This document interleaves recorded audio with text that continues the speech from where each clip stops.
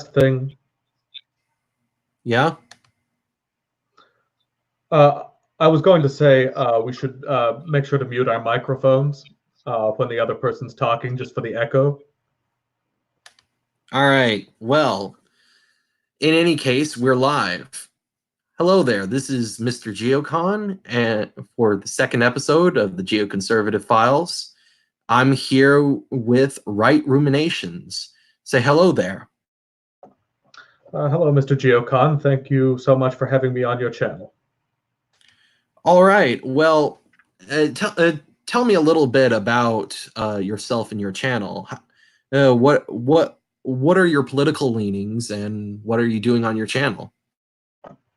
Well, I started my channel well over a year ago now, and it began as a purely political enterprise that I undertook to address certain things that I thought were not really being discussed or covered adequately in the political discourse on what might be broadly called the dissident right.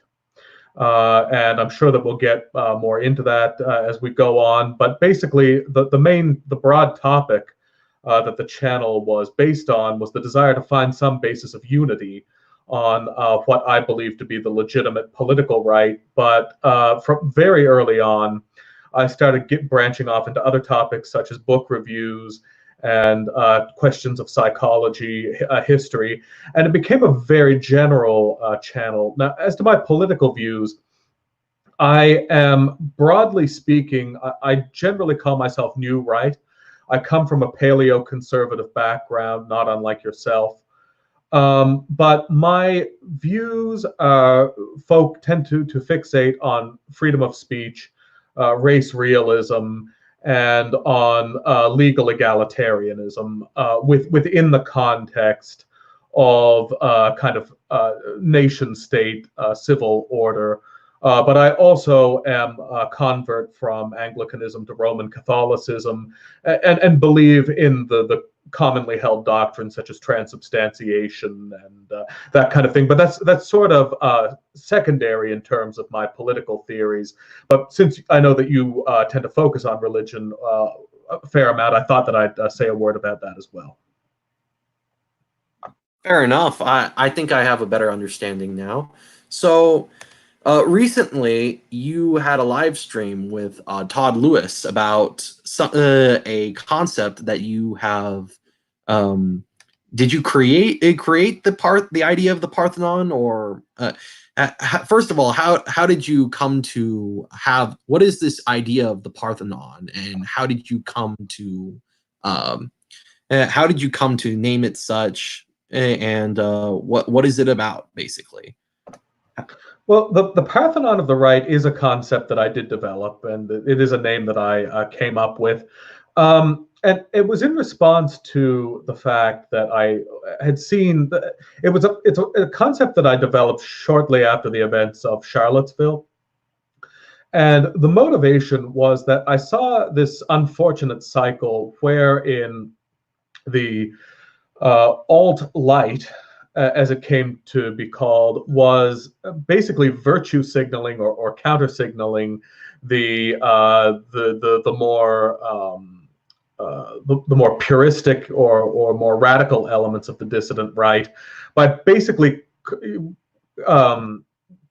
going along with the media's rhetoric that they were socially unacceptable, that they didn't want to cooperate with them, that kind of thing.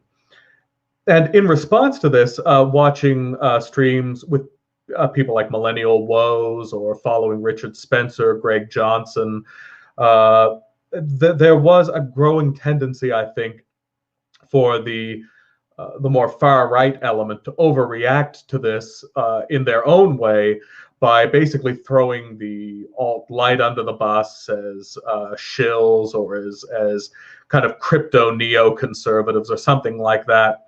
And it struck me that, rightly or wrongly, the media's strategy might not have so much been to tarnish the reputation of the more moderate elements, but to maneuver them into basically dividing from one another. So that is by accusing the far right by accusing the whole group of being, say, Nazi sympathizers.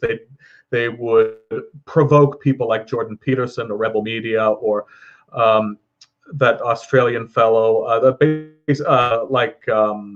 Alex Jones, for example, Paul Joseph Watson. That's who I meant to say, into further inflaming the division. And that sort of divide and conquer. Whether that was their intention or not, that breakup seemed to be happening very rapidly. And it struck me that the reason for this is that what you've called the dissident right, what I like to call the new right in light of Michael Malice's recent book, never really had proper definition. So I thought, well, how do you define something? Maybe if it were properly defined, then it would be less likely to be given to division. So I began with the three groups associated with the dissident right that Todd Lewis had mentioned in, I believe, his first podcast episode, which is the identitarians, the neo-reactionaries, and the manosphere. And I thought, well, that's not quite right. Those three people would constitute the new right, as I would like to define it. But you also have the alt-right, you have the populists, you have the paleo-libertarians, and the paleo-conservatives. And so this idea sort of emerged in my mind that any future attempt at unity on the right should be on the basis of, if you belong to one of these seven groups, then you should be willing to cooperate with other people in the seven groups. It doesn't mean you can't disagree with them. It doesn't mean you can't even attack them. It just means you should not say, we're not on your side, or we won't talk to you, or we reject your camaraderie. And that this is also a useful delineation, because if you notice, say, neoconservatives or Ayn Rand followers or people like that, they're not in any of these groups. So it's a clear demarcation wherein basically anything that the media might tarnish as the dissident right would be able to cooperate with the other constituent elements. But meanwhile, the Coxservatives, so to speak, as they became humorously to be known, would not be able to make a pipeline into it, because it is, I think, the sweet spot as to how broadly and how narrowly we would want to define it is pretty much in terms of those seven groups. I see. Yeah, that is something that I myself have had trouble with on what we would call the dissident right. I mean, I kind of shy away from the label of new right, because that's sort of the name that William F. Buckley Jr.'s movement gave itself back in the day. But that's another story. I'm not sure why Michael Malice chose New Right as the name for the current phenomenon of the dissident right, considering he, as far as I can tell, despises William F. Buckley with the passion of a million suns. But leaving aside Michael Malice, it seems to me that your idea of the Parthenon, like you said, solves the problem of, well, how do we get these different groups to come together and all come together? Because the old system of don't punch right, whatever that meant, didn't seem to be working in light of all these different figures having their egos bruised by bruised, and also at the same time preventing these kinds of neoconservative infiltration. And one of the things that I find kind of just a word on the neoconservative infiltration, a lot of the time when these kinds of neoconservative types enter into the alt-right, because I remember entering into the alt-right, and I called myself alt-right in 2016, but I was barely alt-light at the time. I didn't believe in most of what even the alt-light believed in. But I was just kind of excited about Donald Trump, so I just said, well, I'm alt-right because I'm excited about Donald Trump. And I think there are a lot of neoconservative infiltrators were like that. I'd imagine, they just were young people that were right wing and excited about Donald Trump and liked the memes, so to speak. But ideologically, their sympathies were more in line with the mainstream right. Would you agree to that? Well, to an extent, I mean, it depends. I have no problem with someone who, like Ben Shapiro, for example, who is a neoconservative, but who I think is sufficiently involved with the alt-right due to his involvement with people like Dave Rubin and Jordan Peterson and things of that nature. That although I'm not particularly fond of Ben Shapiro, if we're going to be honest, he does qualify, at least could be argued to be qualified as alt-right, and so for that reason, it's not so much that you can't be a neoconservative, it's that you can't be that being a neoconservative will not qualify you. So, for example, your average Republican in Congress, right? Has absolutely nothing to do with the kind of unity that I'm talking about, and such people would be unwelcome. But you will find a neoconservative here or there who is, or even a Randian, for example, who may be involved enough in the culture of the alt-right, like take Yaron Brooks' coordination with Sargon of Akkad, that there is a kind of neoconservative type that may be acceptable sort of on the left fringe of the Parthenon, but that's kind of a gray area. Oh yeah, I would say, and I think that sort of closeness with the mainstream is part of the reason why the sort of alt-right types distrust the alt-right and people like the IDW, the Internet Dark Web, and those people. I mean, I saw an article once that talked about how the intellectual dark web are the new neoconservatives because their rise to power was similar to how the neoconservatives switched from Democrats to Republicans. Well, there may be some similarity there, and I'm certainly not suggesting that we, as I said, don't criticize them. I'm not even saying we shouldn't attack them. I'm just saying that, all right, take a look at the difference between how bad the neocons are and how bad someone like Sargon is. Let me paint a picture. All right, Sargon supports Brexit. He was a kind of qualified supporter of Trump. He's in favor of restricting migration, and overall, he speaks to Steve Bannon. He seems to be fairly cooperative with the populist movement.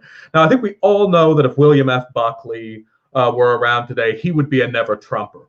By contrast, and furthermore, take somebody like the paragon of neoconservatism, like Bill Kristol, actually wrote an editorial before the Weekly Standard was thankfully demolished. And the title of the editorial was, now, after Trump had bombed Syria, saying, now I can finally say he's my president. Now, Sargon is leaps and bounds better than these people. And so it's while there are certain parallels, I think that the intellectual dark web people are not nearly as sleazy as the neoconservatives turned out to be.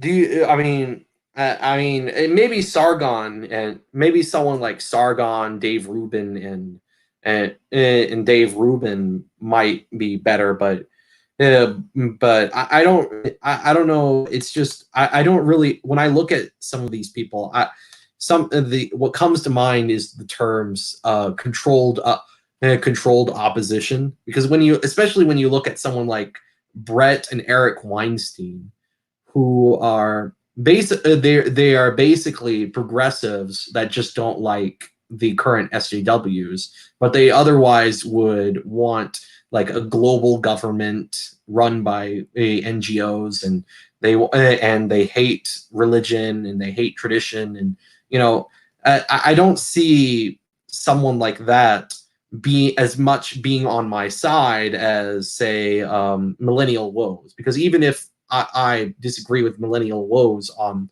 the question of ethno-nationalism, we would have a lot of the same priorities in terms of trying to restore a more traditionalist order to society.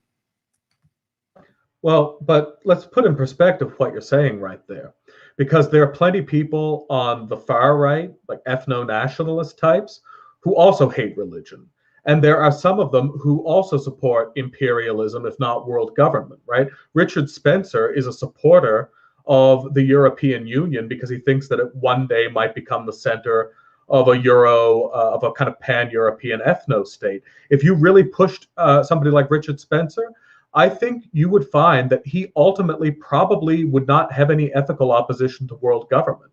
Does that mean you don't cooperate with Richard Spencer? Does that mean you don't cooperate with some other pan-European imperialists who may have atheistic or anti-Christian sympathies?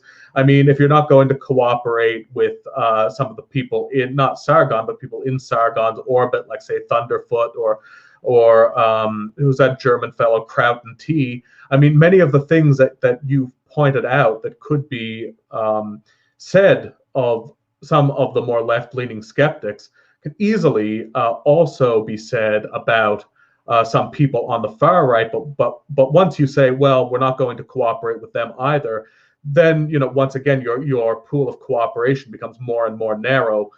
So I think that it's best to find a basis of cooperation which is as essentialist and is as neatly drawn as possible, so that the danger of purity spiraling ideologically is absolutely kept to a minimum. So I'd say the people you're complaining about, as long as they are legitimately opposed to the social justice warriors, if there are bridges that need to be burned between them and us, we can do it when we arrive at them. But people like John McCain, people like the neoconservatives, the National Review, they're not even anti-SJW. They are actually, if you look at the things that they push for, like take in Congress, for example, with the leader of the Senate, I'm forgetting his name right now, the rather tortoise-like fellow. Can you help me out here? Mitch McConnell. Mitch McConnell, right. He basically wants like aspects of the Me Too movement to be written in, right? He is a pro-SJW politician. So these people who on the skeptics, they may have left-wing tendencies, but at least they are anti-SJW. The Republicans are not even anti-social justice warrior. And I think that's where a lot of the difference comes in. All right. Fair.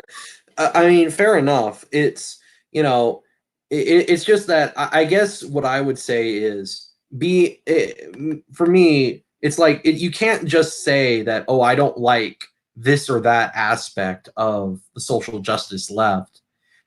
You have to actually have a legitimate, like you said in the live stream, a legitimate opposition. Like, for instance, let's take someone like Hunter Avallone. Are you familiar with him? Pardon me. I'm familiar with the name, but it doesn't mean immediately. It doesn't call to mind anything to my memory other than just the name. Oh well, Hunter Avallone is a pretty large-sized Republican sort of. He's a young Republican who is. He's extremely vitriolic, especially towards and the sort of alt-right and paleoconservative types.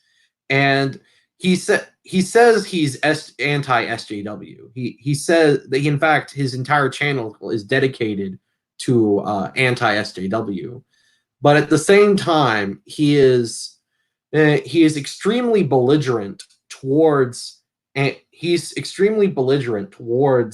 anyone who wants to offer like what I would consider to be a legitimate opposition to them, and he would basically, and his idea, and he's okay with someone like Milo Yiannopoulos being and Alex Jones being kicked off of YouTube because he thinks that because he considers them to be far right extremists for spouting non-egalitarian ideas. Well, I mean, fair enough. I mean, if I were to, I've been just while you were speaking, I took a look at some of his pictures, right? I would say that there are certain people where it's not clear if they belong to the Parthenon or not. I mean, with him, he could very well be a neoconservative who may be playing a populist game, but actually doesn't have any populist tendencies, sort of like a Rush Limbaugh type, in which case I would say, he's fair game and may very well not be on our side. But I think with the vast majority of people, it's clear as to whether they are or are not. My feeling is that he is not, because he's probably not the populist that he tries to present himself as being. And as such, yeah, I mean, he's further justification. On record. So yeah, sorry to interrupt you, but he went on record as saying that he does not. He thinks that conservatives who complain about tech censorship are basically the same as SJWs because they perpetuate a victim narrative. Okay, well that's fine, but the point is that this kind of proves the point, right? That if you really want to find out what is the best basis for unifying opposition, it is membership in one of these 7 groups. Because if someone like Avalon does not live up to that standard, then well, it kind of makes more sense in light of that why he might seem to have an ethos that's incompatible with what we are leaning towards. So, for example, there are people like say some of the old time people who hung out with Sargon, like Justicar, for example, or Thunderfoot, who said plenty of in my view, silly and leftist things.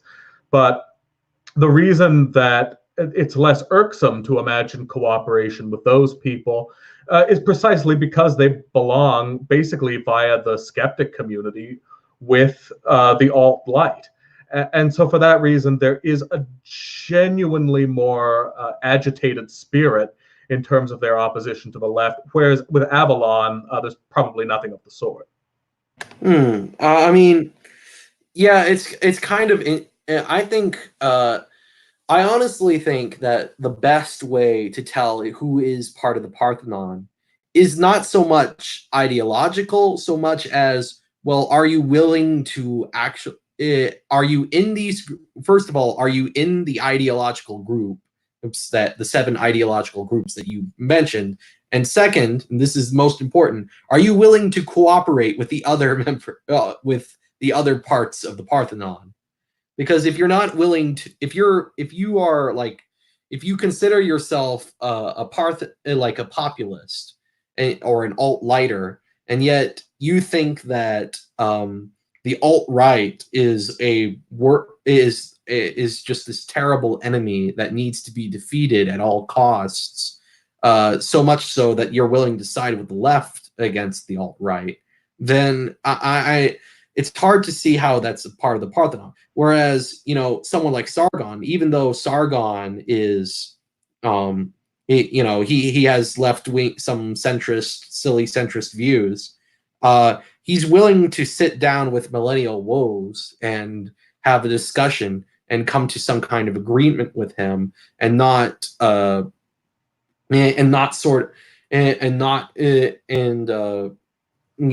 kind of just be this belligerent guy that's going to try to backstab us. It's a bit like that. Well, I would agree with the first thing that you said, but I have to disagree with the fact that in order to be part of it, that you have to abide by it. And the reason is because it's still a strategy in the making, right? And the whole message is that people should be cooperating with these other 6 groups to whom they relate. But the problem is if we were to follow your criterion, then I think 90% of the people in the Parthenon would have to be expelled, because almost all of them have someone in the other groups that they're not willing to cooperate with because they belong to those, right? So Sargon may be willing to cooperate with Woes, but he's not willing to cooperate with, say, Andrew Anglin. Now, does that mean I want to kick Sargon out of the Parthenon? Well, of course not. Whereas I'm sure that there are some ethno-nationalists who really, they don't want to talk to some of the skeptic community. Does that mean that, or the alt-right, does that mean that I don't want to consider them to be part of the Parthenon? Or maybe some people don't like MGTOW. Well, no, the point is that the Parthenon is something that you can start following right now as an individual, right? You can say, well, as long as these people are willing to speak with me, then I'm willing to speak with them, regardless of who else they're willing to speak with. So, for example, if I had a MGTOW who was willing to speak with me but wasn't willing to speak with, say, Todd Lewis or yourself, well, I would still speak with him. At least, I wouldn't object to speaking with him on ideological grounds, because the idea is that is to increase this sense of cooperation as much as possible. And I'm afraid it has to kind of start on the individual level in that sense. Oh, I guess there. Yeah, I think that that does make a lot more sense, because there are people on the dissident right who, even if I were to say that, oh, he's on my side, I would not want to, let's say, I would not condone their actions, because some of them might be very antisocial and antisocial people. Like, for instance, let's take someone. You can take someone like Ryan Falk, who you're familiar with Ryan Falk, the alternative hypothesis guy, right? Yeah, absolutely. I think he's sort of fallen off the map at the moment, has he not? Well, he renamed himself like the People's Vote, and he claims to be the true leftist or something, even though he hasn't really changed that much of his views. Apparently, according to him, the alternative right is the true left, and what we call the establishment left, the cultural Marxists, they are the real right. Okay, so where were you going with bringing? Well, I wouldn't have problem working with someone with his ideological beliefs, and I wouldn't even have a problem with calling him someone on my team. The problem is that he's not a very good team player, and so I don't think I would be comfortable talking to him, because he's very belligerent towards other people. Well, sure, there would be lots of people who I might not like to talk with for personal reasons, because they'd be unpleasant. But that's different from saying I won't talk with them because they belong to this or that group. Or I won't cooperate with them in a non-personal way. The reason, and I think that this is important to articulate, one of the reasons that I'm against saying that we'll only cooperate with people who are willing to cooperate with others is because here's what that would spell disaster. Because what would happen is you might have people willing to cooperate for a little while, but then eventually there would be, say, some ethno-nationalist who says, well, I just can't cooperate with this MRA because they said this bad thing about race realism, right? At which point there would then be a reaction in MGTOW or the MRM who would say, who would react to that by saying, well, clearly our cooperation didn't work with these people. And by saying that we're only going to cooperate with people who recognize the Parthenon is kind of contrary to the idea of the Parthenon, A, because it's based not on whether they're willing to cooperate, but whether they're in these 7 groups, and B, because there's always going to be somebody who, if there was that stipulation, would break the stipulation. And you need a system that's internally immune to that. So I guess what you're saying is, if you are that the Parthenon is a bit of a sort of a strategy that you're formulating, whereby those who are following the Parthenon strategy hold that these 7 groups are basically basically should cooperate, and that to facilitate cooperation between these disparate groups, you yourself as an individual will agree to call these people your team. Is that somewhat right? Yeah, that's my personal ethic with respect to this. Now, there may be conflicts that I could conceivably get into with people for personal reasons, but even if I were to get into, let's say you and I had a conflict, we had an exchange, it didn't go well. Even if we weren't on speaking terms, I would still say we're on the same side because I can conceivably see you as belonging to one or more of these categories. So it's a matter of a kind of personal ethic, not necessarily ethic in like the formal sense of a morality, but it's a strategy which is in which one's individual conduct is invested, and it's something that I guess as long as there's one person following it, you at least have a Parthenon of one person. But I'm hoping that there will be more people who embrace this.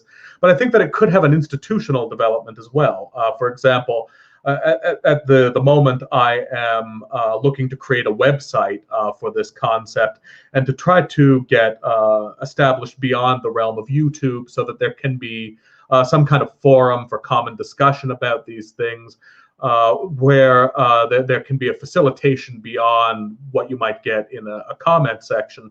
So I do think it can have an institutional manifestation, but there's no reason to wait for that, because it can also start with the individual.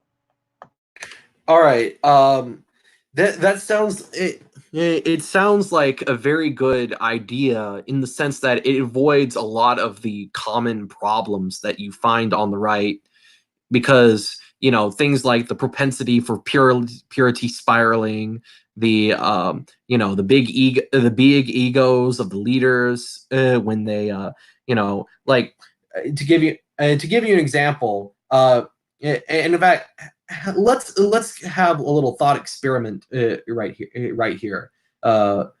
So right now there seems to be a sort of a conflict between Owen Benjamin and Nick Fuentes.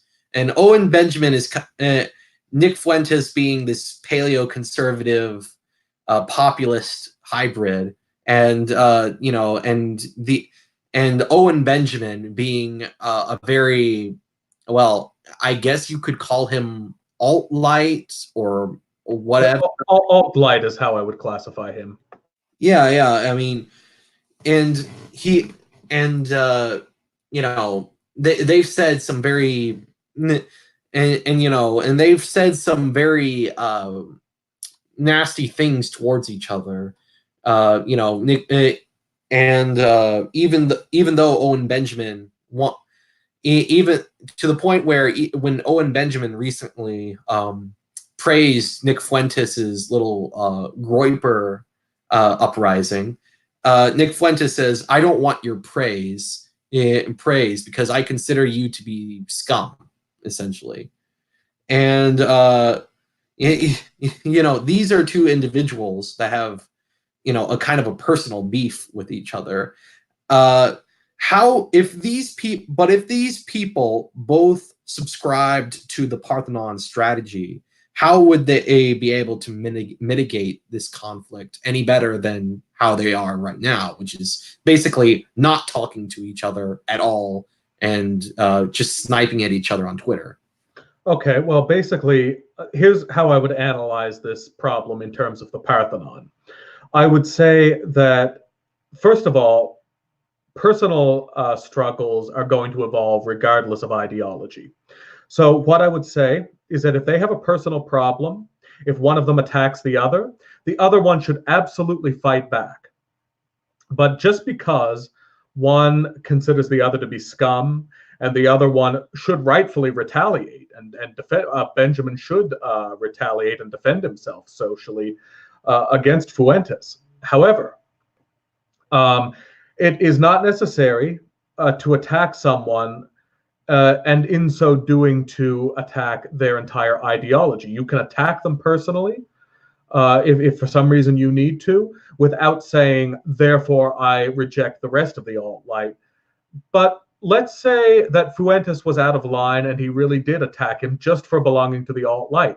Well, what I would say is that Owen Benjamin's response should be, well, I'll defend myself against you, but I'm not going to defend myself by condemning your entire circle or condemning your ideological placement within the Parthenon.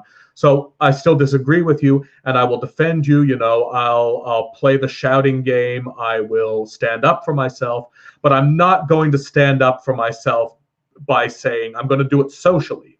I'm not going to do it by saying that your ideology is cut off from my cooperation.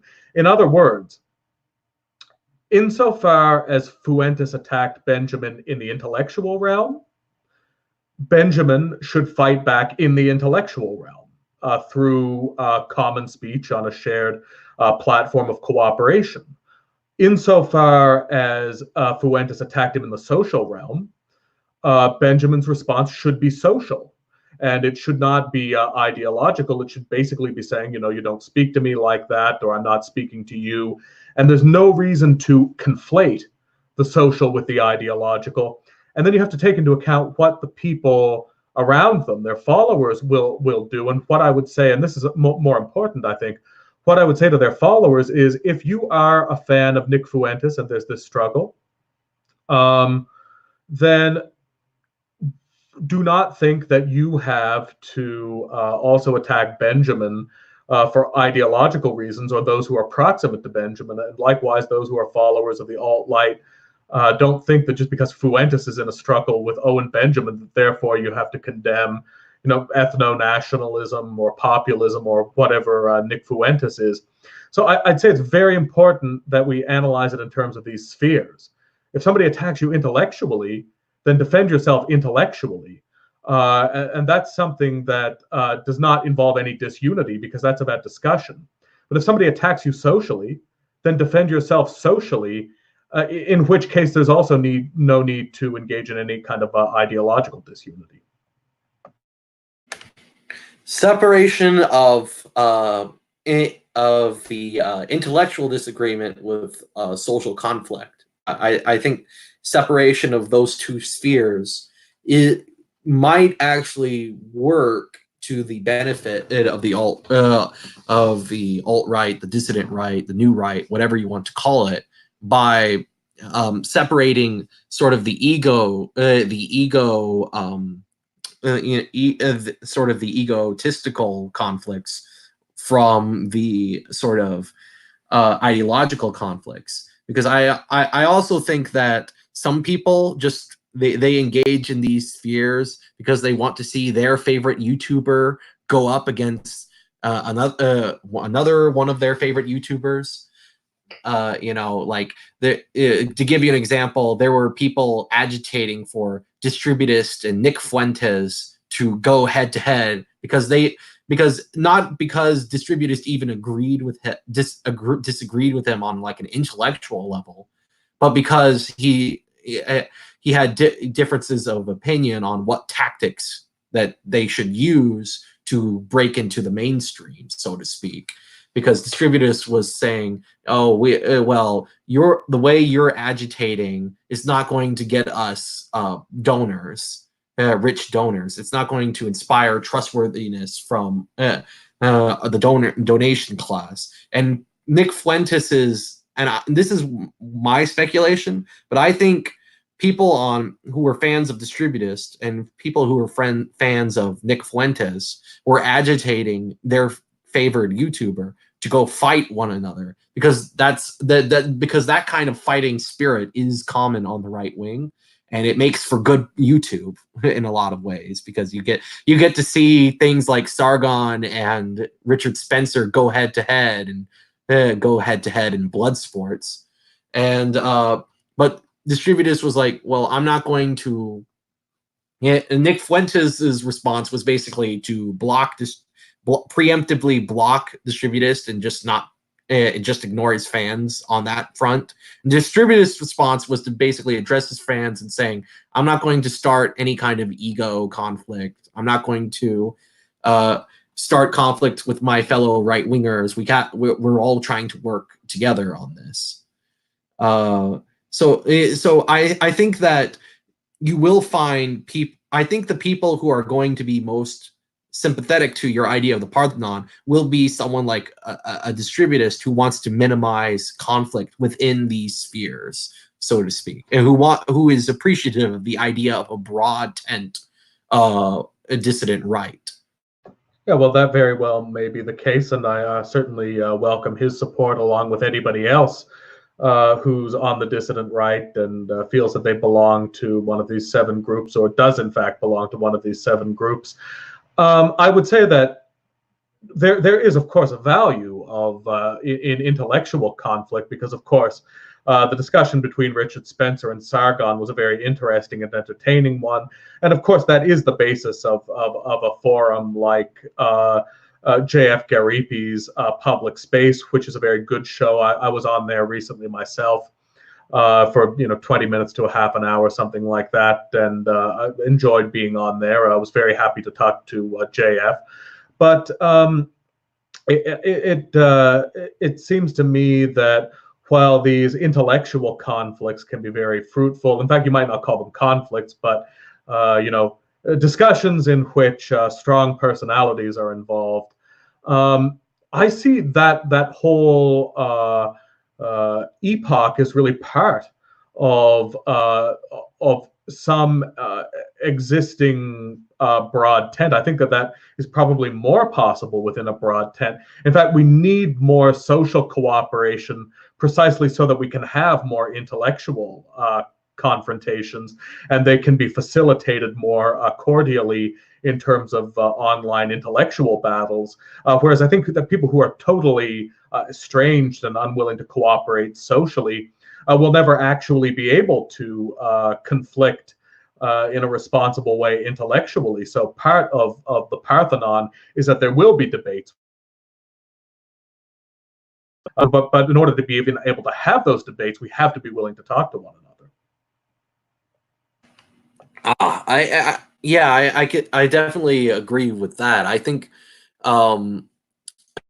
being able to respectfully disagree is fundamental to anybody who's trying to cooperate. Because I envision the dissident right as being sort of a sort of creative space where we can sort of have these intellectual discussions without there being a sort of cultural Marxist or neoconservative agitators coming in with thought terminating cliches like, "Oh, you're a racist. You're a racist." Those kinds of thought terminating cliches hinder intellectual discussion. And I think if we had social cooperation amongst at least some members of each of these 7 groups, then we could have a space where actual intellectual discussion would take place, and we could come to some kind of understanding, if not an agreement. Well, that's my thinking. I think that also, additionally, one of the reasons that people can afford to have these kind of conflicts at the moment with such frequency is because many of us are still living very comfortable lives, or relatively comfortable lives. I count myself among those people. That is, we're not living in situations where we are concerned about getting dragged out of our bed at 3 o'clock in the morning by the secret police. We're not afraid of starving to death on the street. That is, there is a kind of residual material comfort and sort of expectation that at least the next day will probably be okay. And that sense of complacency will not be in place forever. What I think is important to do is to look forward to the future and say that in preparation for when things won't be as complacent, when they won't be as easy, that we will have some kind of strategy of unity in place in preparation for that day, even if we may have to kind of suffer through the luxury of social agitation that seems to be very prevalent at the moment. All right. Well, I think that if I were to summarize, I'd say the idea of the Parthenon is it's a strategy that a sort of ethos that individuals take on that says that, you know, if I judge that a person is in one of these 7 groups, then that person is on my side, even if I can, even though I may debate him vigorously in an intellectual sense, or may even not get along with him socially. Would you say that's an accurate summation of what the Parthenon is? Yeah, that's exactly what I would say that it is. And I would say that I've looked at it from many different angles. I've talked to many people about it, and I have yet to come across any real flaw in it. That is, it seems to be able to stand up to a multi-angular scrutiny, and to me, it really does seem to be the best option at the moment. And I think that the more people that follow it, the more advantageous it will be.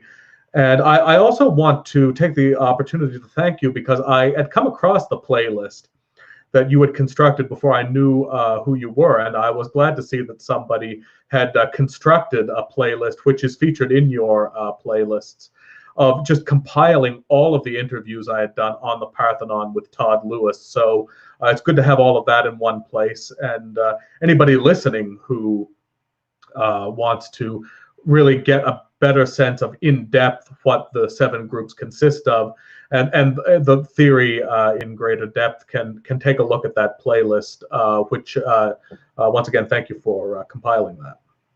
Oh, my pleasure. It was, it just kind of, when I first saw the first few videos of the Parthenon, I was taken into the sort of thing. Although I was sort of confused by it at first, because I thought because when watching the videos, I thought that the Parthenon wasn't referring to a strategy so much as a historical phenomenon, because you were sort of going through the etymology of the 7 groups, the history of these 7 groups, and you were how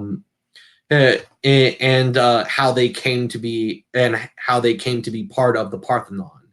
So so I was a bit confused, maybe, but I don't know. Maybe that was just me taking and how I took away. You were really this video will probably join the other videos you did with Todd Lewis in that playlist, because this video does I think give a bit more clarity, because it's as much in depth as you were with Todd Lewis, and you were very good. You two were very good on this. I think this is. I think I'm asking slightly different questions that are more pertaining to strategy going into the future, rather than the history behind this idea. Well, I think that we go a little bit more into the strategy in the introductory video that we did to the Parthenon, which I think was just a general overview of the theory. But you're right that in those videos pertaining to the individual 7 ideologies, we tend to focus more on the meaning of the history, the etymology, what have you, the intellectual depth of each of the 7 ideological movements or persuasions. But the reason that I think it was important to do that was because some of them, like paleo-libertarianism, for example, or neo-reaction, there may be some people who are broadly familiar with the dissident right who may not really know what those terms are, or be able to recognize someone in those groups. So I think it was really important to, if we're going to be providing this basis of unity, to kind of really flesh out what these 7 groups look like, so that people can know it when they see it. Oh yes, I completely understand. Maybe it again, maybe it was just me. Maybe it was just I kind of misunderstood the point of the Parthenon, but you really did help clear things up for me. Now we are entering the last 10 minutes or so of this live stream. Uh, I'd like to ask you, where do you see the where do you see the future of the dissident right going? Because there is a question of tactics amongst some of the people. Not just there isn't just ideological diversity amongst the dissident right. There's also a sort of plurality of ideas on the vision of the overall vision of the dissident right, what tactics we should go in order to get to our end goal. For instance, Nick Fuentes would his idea seems to be that if we can create an insurgency that gathers enough young right wing people to be sympathetic to paleoconservative ideas, or at least questioning the mainstream conservative ideas, then we can create this insurgency that will push the entire conservative establishment to the paleoconservative right. Whereas someone like distributist, who is a bit more of a neo-reactionary in his philosophy, doesn't really have any kind of faith in mainstream party politics, like and would and would say and would follow sort of a Mencius Moldbug idea of pacifism and creating cultural spaces and trying to turn I mean, I've heard him talk about how he wants to make the dissident right an art movement, because he wants the dissident right to be known for its great works of art, similar to the 19th century Russian authors who were skeptical of the Tsar. So what do you think of those two those two overall approaches to the dissident right that I see sort of forming camps, and how does the Parthenon play into that?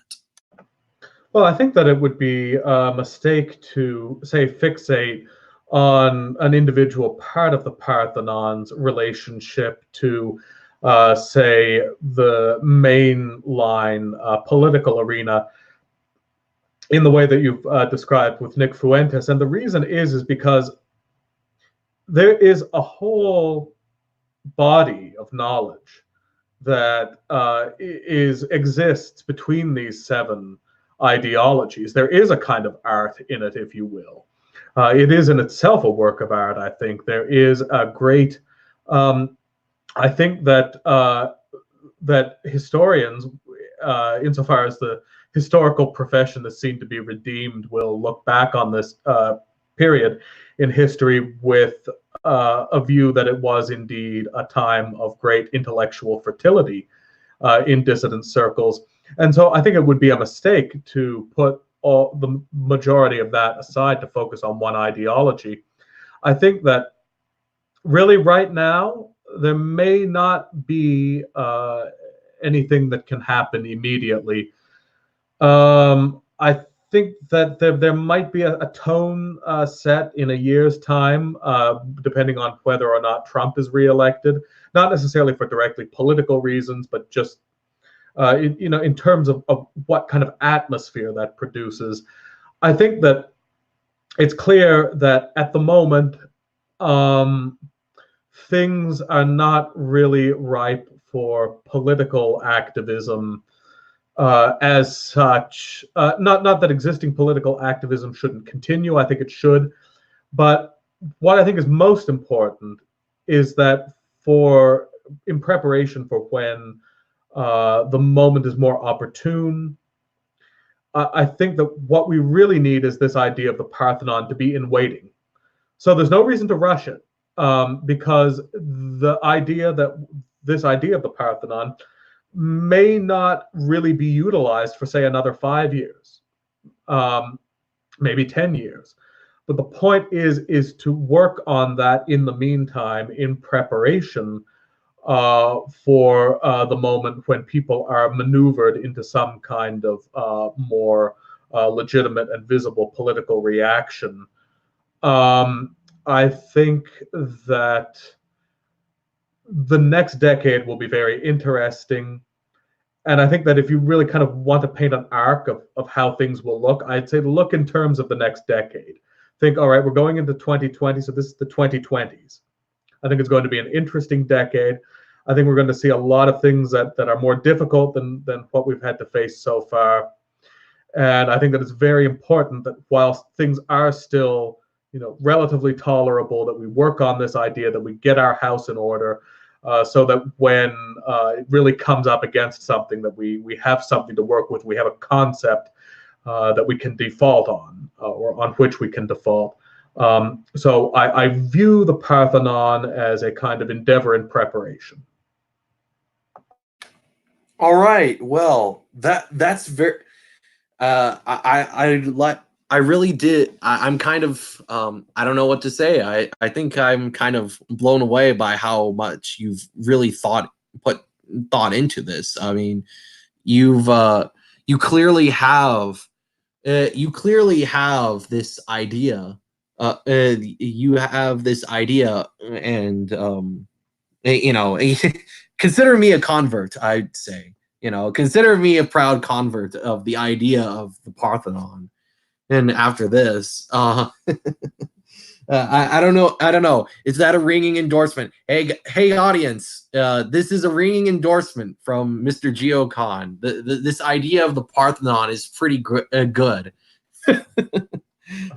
Anyway, I'm really going to. I really liked having you on, and I really hope to have you on in the future, in a future episode of the sort of the Geoconservative files. And hopefully I can get you and Todd on, because the two of you seem to work pretty well together. And is there anything else you'd like to say before signing off? Well, I'd like to say, Mr. Geocon, thank you again for having me on your channel. And at some point, I would also like to return the favor, and I'll have you on my channel at some point. I'm glad to hear that you find the idea appealing. As you've said, I've certainly put a lot of thought into it, and it's certainly been tested a number of times by some very skeptical people. But I think the idea is pulled through. And hopefully, the more people that listen to it, the more likely that we can get some people who, are more accessible communicators than I am, who can meme and who can, speak in slogans, and who, are more savvy with social media and such, can help to really disseminate this idea. So that's something as well to look forward to. But no, thank you, and I think that's all I have to say. All right, then. Well, one last thing before we go. Light Whitey, you wrote, Mitch McConnell probably did a few Me Too things himself. This comment is the comment of the episode. Anyway, catch you all later, everybody, and good night.